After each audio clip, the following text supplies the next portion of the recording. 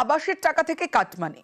বাংলার বাড়ি প্রকল্পের দ্বিতীয় কিস্তির টাকা থেকে জোর করে 20,000 টাকা আদায়। আর এর জেরে বাড়ি তৈরির কাজ মাঝপথে বন্ধ। ভাঙাচোরা ঘরে দিন কাটছে বৃদ্ধা। চাঞ্চল্যকর অভিযোগ তৃণমূলের পঞ্চায়েত সদস্য এবং তার স্বামীর বিরুদ্ধে। অভিযোগ মানতে নারাজ পঞ্চায়েত সদস্য।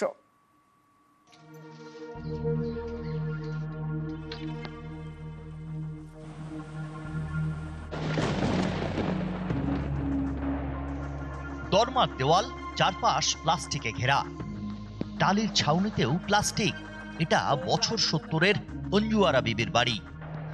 পাশেই তৈরি হচ্ছে পাকা বাড়ি রাজ্য সরকারের দেওয়া বাংলার বাড়ি প্রকল্পের টাকায়।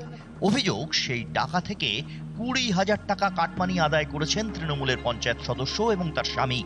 টাকার অভাবে বাড়ির কাজ শেষ করতে পারেননি, তাই বাধ্য হয়েই বৃদ্ধাকে থাকতে হচ্ছে দক্ষিণ 24 পরগনার মগরাহাটের ভাঙাচোরাই ঘরে। ঘর করেছেন? ওই তো করতে করতে রেখে দিয়েছি, টাকা নিয়ে বলে করিনি। কেন টাকা নেই কেন? ওই তো 20,000 টাকা নিয়ে নিল। কে নিয়েছে? জামাল। পঞ্চায়েত সদস্য? হ্যাঁ। এই মাটির ঘরেতে থাকেন? হ্যাঁ। মগরাহাট 1 নম্বর ব্লকের ইয়ারপুর গ্রাম পঞ্চায়েত। এখানকার গোল মসজিদ এলাকার বাসিন্দা অঞ্জুয়ারা বেওয়া। স্বামী মারা গিয়েছেন অনেক আগেই, 5 মেয়েরও বিয়ে হয়ে গিয়েছে, তাই ভাঙাচোরা এই বাড়িতেই একা থাকেন। সম্প্রতি রাজ্য সরকারের বাংলা বাড়ি প্রকল্পে আবেদন করেন অঞ্জুয়ারা। তালিকায় নামও ওঠে।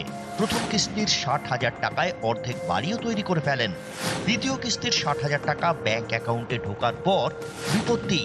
অভিযোগ পঞ্চায়েত সদস্য কিসমত বিবি এবং তার স্বামী জামাল লস্কর বৃদ্ধার থেকে 20,000 টাকা কাটমানি দাবি করেন। চাপের মুখে পড়ে তাকে 20,000 টাকা দেন বৃদ্ধা। তাঁর দাবি, হাতে আর টাকা না থাকায় বাড়ির কাজ বন্ধ হয়ে গিয়েছে। এরপরেই পঞ্চায়েত প্রধান বিডিওর কাছে লিখিত অভিযোগ জানান। 20,000 টাকা বাংলা আবাস যোজনার টাকা ঢোকার পরে আমার বৌদিকে এসে হুমকি ধুমকি দিচ্ছে।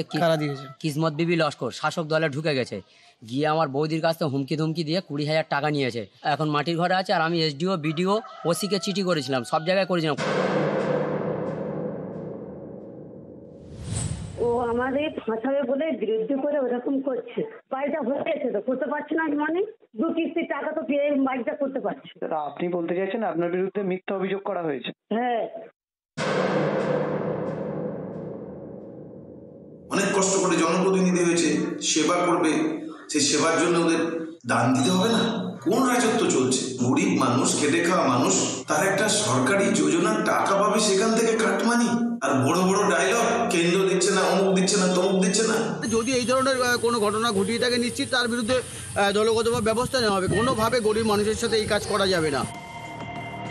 মগরাহাট থেকে আনিসউদ্দিন মোল্লা, নিউজ 18 বাংলা।